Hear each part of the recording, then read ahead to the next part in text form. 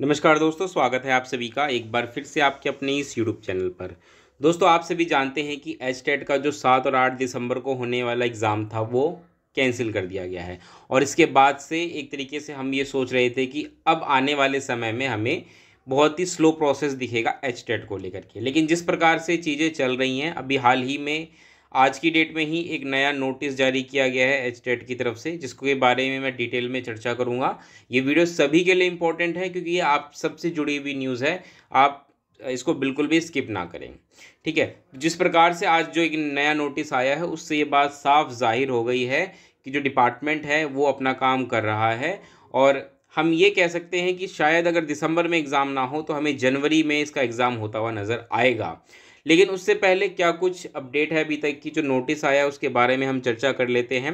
चलिए वीडियो की शुरुआत करते हैं। और जैसा कि आप देख रहे हैं यहाँ स्क्रीन पर आपको नज़र आ रहा होगा, ये Haryana board of school education Haryana Bhiwani की तरफ से ये लेटर जारी किया गया है। और ये एक प्रेस नोट है, ये आप देख सकते हैं। इस पर 4 दिसंबर 2024 की डेट है और जो मेन विषय है वो है हरियाणा अध्यापक पात्रता परीक्षा 2024। बात करें इसके बारे में डिटेल में तो इसमें देखिए क्या लिखा हुआ है, एक एक लाइन अच्छे से पढ़ के मैं समझाऊंगा आपको। एतद द्वारा सूचित किया जाता है कि हरियाणा अध्यापक पात्रता परीक्षा 2024 हेतु अभ्यर्थी द्वारा पंजीकृत किए गए विवरणों में जैसे नाम, पिता का नाम, माता का नाम, जन्मतिथि, ईमेल, जेंडर, फोटो, हस्ताक्षर, अंगूठे के निशान, स्तर, जाति, श्रेणी, विषय व आधार नंबर में संशोधन, शुद्धि के लिए कार्य दिवसों में यानी कि वर्किंग डेज में सुबह 9 से शाम को 4 बजे तक कार्यालय में उपस्थित होकर दिनांक 10 दिसंबर 2024 तक शुद्धि करवा सकते हैं। परीक्षार्थी शुद्धि केवल बनती फीस जमा करवाते हुए ऑफलाइन के माध्यम से ही करवा सकते हैं। परीक्षार्थी नवीनतम जानकारी के लिए वेबसाइट का नियमित अवलोकन करें ताकि किसी भी महत्वपूर्ण अति आवश्यक सूचना से वंचित ना रहें। तो यहाँ पर मेन बात यह है कि अगर आपने एचटेट का फॉर्म भर दिया है और भरते समय आपसे कोई गलती हो गई हो, चाहे वो आपके नाम को लेकर हो, नाम में कोई स्पेलिंग आपने गलत कर दी है, पिता का नाम आपने कुछ स्पेलिंग गलत कर दी उसमें, या माता के नाम में कुछ गलती हो गई है, जन्म तिथि में कोई गलती हो गई है, ईमेल, जेंडर, फोटो या ये सब आपने ठीक से अपलोड नहीं किया, आधार नंबर गलत डाला, मतलब किसी भी प्रकार की कोई दिक्कत अगर आपसे हो गई है जो कि आगे चल कर के एक बहुत बड़ा इशू बन सकता है, तो आप इसमें संशोधन कर सकते हैं। बट ध्यान रखिएगा, संशोधन करने के लिए ऑनलाइन प्रोसेस नहीं है, ऑफलाइन है।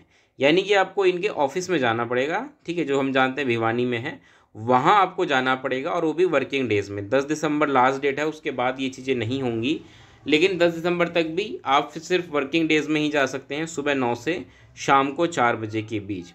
वहाँ जाइए, वहाँ जाने के बाद जो भी फीस होगी वो आपको वहाँ पे ऑफलाइन फीस पे करने के बाद आप जो भी संशोधन है वो करवा सकते हैं।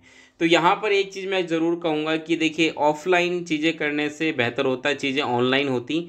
ऑफलाइन में क्या होगा कि अब मान के चलिए हरियाणा एक बड़ा राज्य है, कोई किसी दूर कोने में बैठा व्यक्ति वो कैसे मतलब इनके ऑफिस आ पाएगा और काम करवाएगा, तो मतलब ले दे करके बहुत ज़्यादा परेशानी वाली बात है। चीज़ें ऑनलाइन होती तो कोई भी व्यक्ति अपने घर में बैठ के या घर के पास किसी साइबर कैफ़े में जा कर के वो ये काम करवा सकता था। एक मामूली फ़ीस ऑनलाइन दे दी जाती, चीज़ें आसान होती। अब कोई व्यक्ति अब दूर घर से इनके ऑफिस में आएगा, आने जाने का किराया हो गया, रहने का खर्चा, मतलब 10 तरह की चीज़ें हैं। और इस प्रकार से आप देखेंगे तो अभ्यर्थियों का काफ़ी हद तक नुकसान है। तो ले दे करके ये है कि जब भी आप फॉर्म भरा करें, आगे से ध्यान रखिएगा, अगर गलती हो गई है तो बड़े ध्यान से भरा करें। बहुत ही मतलब एक एक चीज़ों का ध्यान रखा करें, क्योंकि ये क्या है कि आपको पता है ये बड़ा सरकारी विभाग जो है ये बहुत ही ज़्यादा परेशान कर देता है एक तरीके से, और फिर आपकी दिक्कत बढ़ जाती है। मतलब मानसिक रूप से तो आप परेशान होंगे ही, आपका पैसा भी काफ़ी लगेगा। लेकिन क्या करेंगे, अगर आपने फॉर्म भर दिया, कोई गलती है तो आपके पास अभी यही एक विकल्प आपको दिया गया है विभाग की तरफ से, और आपको इसी के अनुरूप चीज़ें करनी पड़ेंगी। तो अगर कोई गलती है तो बिना समय गंवाए फटाफट ठीक करवा लें और उसके बाद वापस से अपनी तैयारी में लग जाएं। ठीक है, तो इस वीडियो को मैं इतना ही रखता हूँ। उम्मीद है ये वीडियो ये जो इन्फॉर्मेशन है आपके लिए यूज़फुल रही होगी, काम की रही होगी। इसी तरह की और भी अपडेट्स मैं आपको देता रहूँगा चैनल पे। कोई भी एस्टेट से रिलेटेड कोई भी अपडेट होगी तो वो आपको मिल जाएगी। बस आपको मेरे चैनल को सब्सक्राइब करके बेल आइकन दबा देना है और नोटिफिकेशन बेल ऑन कर देना है ताकि आपको नोटिफिकेशन भी मिल जाए। साथ के साथ इस वीडियो को लाइक और शेयर करना मत भूलिएगा। मिलते हैं दोस्तों अगली वीडियो में, तब तक के लिए नमस्कार, धन्यवाद।